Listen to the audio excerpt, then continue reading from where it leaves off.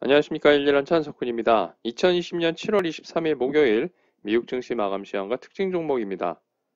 먼저 3대 지수 확인하겠습니다. 실적 지표 악화와 대형 기술주의 급락으로 3대 지수 모두 하락했습니다. 다우는 전일 대비 1.31% 하락한 26,652.33포인트로 마감했고요. 나스닥은 2.29% 하락한 1,461.42포인트로 마감했습니다.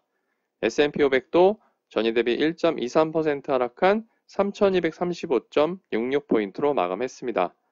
다우는 30개 종목 중에 23개가 하락했고 나스닥 100은 103개 종목 중 87개가 하락했으며 S&P 500은 505개 종목 중 282개가 하락 마감했습니다. 다음으로 주요 시장별 요약 확인하겠습니다. 미국은 고용지표 부진에 따라 하락 출발했습니다. 또한 대형 기술주의 약세로 장 초반 이후 낙폭을 확대하는 모습을 보였습니다. 주간 신규 실업수당 청구 건수가 141만 6천 건을 기록하면서 예상치인 130만 건을 상회했고요. 16주 만에 청구 건수가 증가세로 전환되었습니다.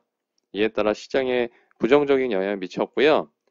더불어서 장 초반 이후에 대형 기술주들의 낙폭이 크게 확대되었습니다. 애플이 4.55% 하락한 것을 비롯해서 마이크로소프트가 4.35%, 아마존닷컴이 3.66%, 알파벳이 3.07%, 그리고 페이스북이 3.03% 하락하면서 전체 시장의 하락세를 이끌었습니다.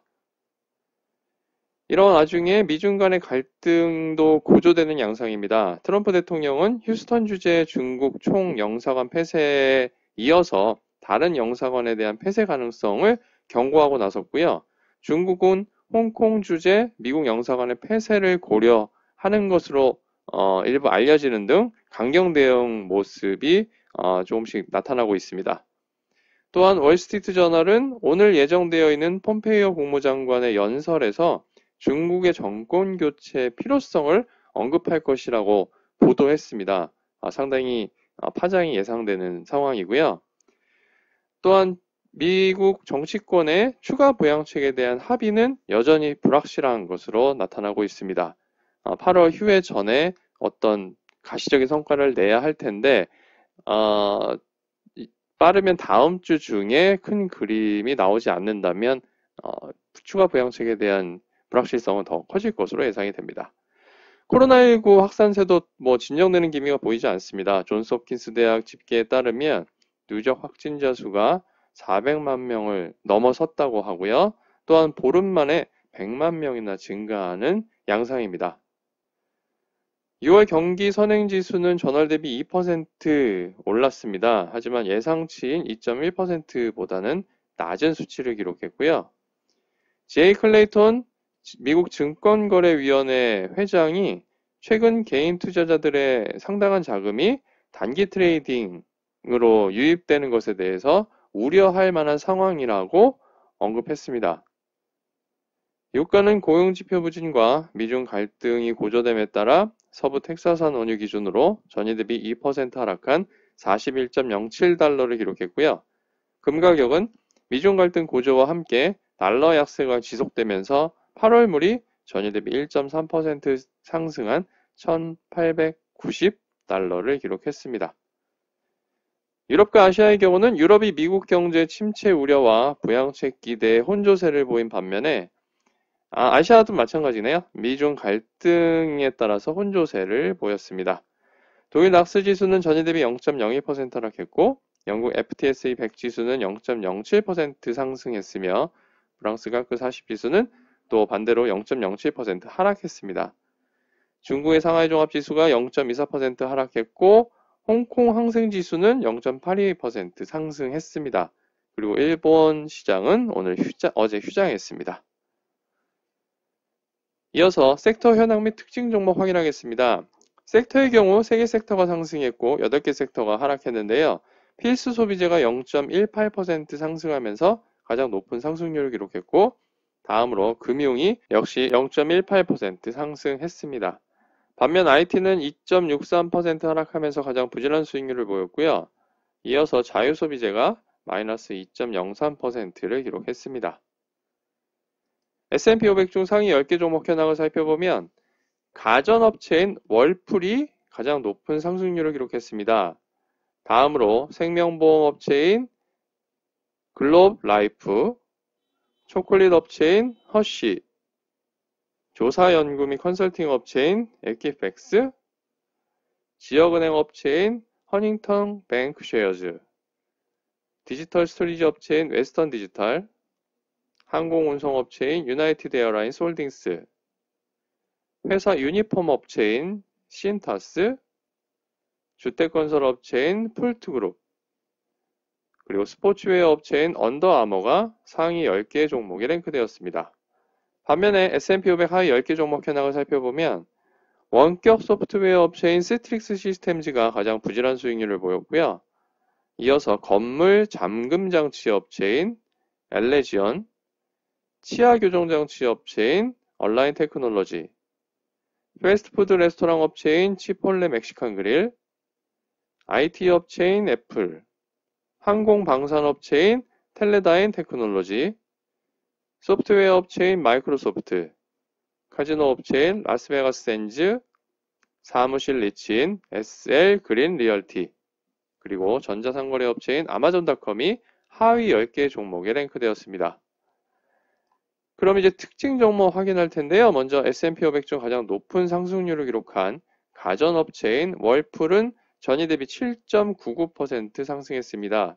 티커는 알파벳 세 글자 WHR이고요. 전일 장 마감 후에 발표한 2020 회계연도 2분기 매출 실적이 예상치를 상회한 영향입니다.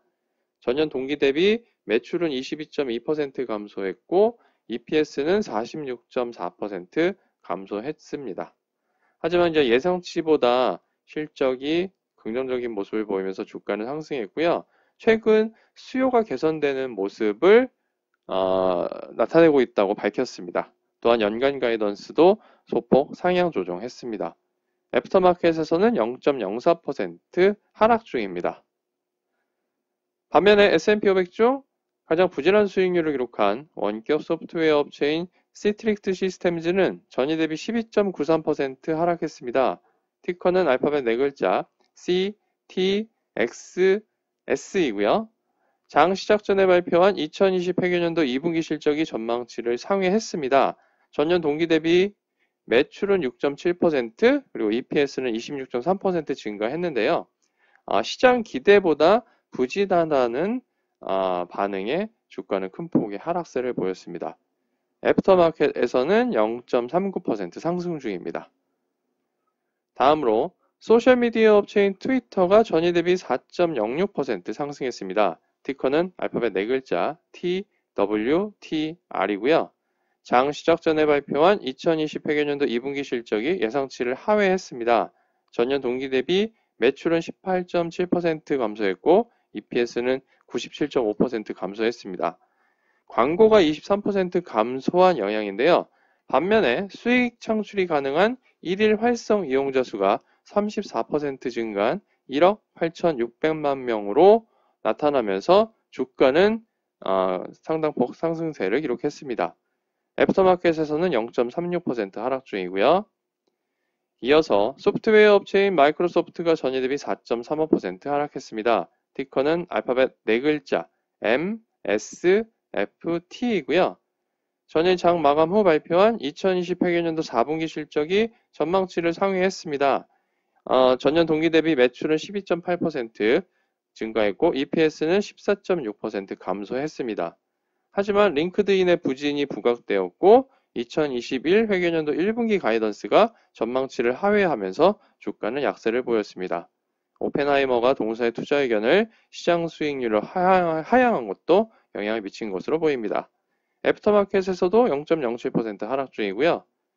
마지막으로 전기자동차 업체인 테슬라가 전일 대비 3.05% 하락했습니다. 티커는 알파벳 네 글자 TSLA이고요. 전일 장 마감 후에 발표한 2020 회계연도 2분기 실적이 예상치를 상회했습니다. 전년 동기 대비 매출은 4.9% 감소했고 EPS는 흑자 전환했습니다. 82,272대를 생산했고 9891대를 인도했다고 밝혔고요. 반면에 뱅크 오브 아메리카가 부정적인 투자 의견과 함께 목표 주가를 800달러로 상향하면서 주가는 장중 상승세에서 하락세로 반전했습니다. 애프터마켓에서는 0.23% 상승 중입니다. 이상으로 2020년 7월 23일 목요일 열렬한 차가 전해드리는 미국 증시 마감 시황과 특징 종목이었습니다.